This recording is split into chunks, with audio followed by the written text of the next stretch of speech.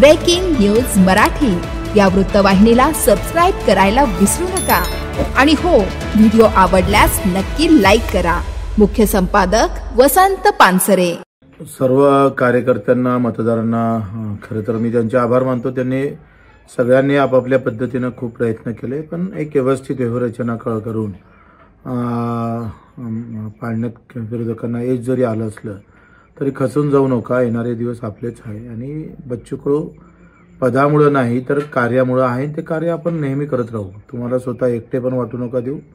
मी तुमच्या सोबत अतिशय ताकदीने आणि मजबूतीने उभं राहील।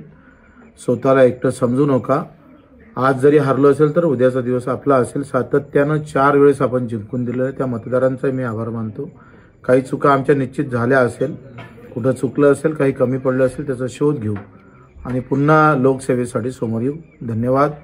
जय हिंद, जय महाराष्ट्र।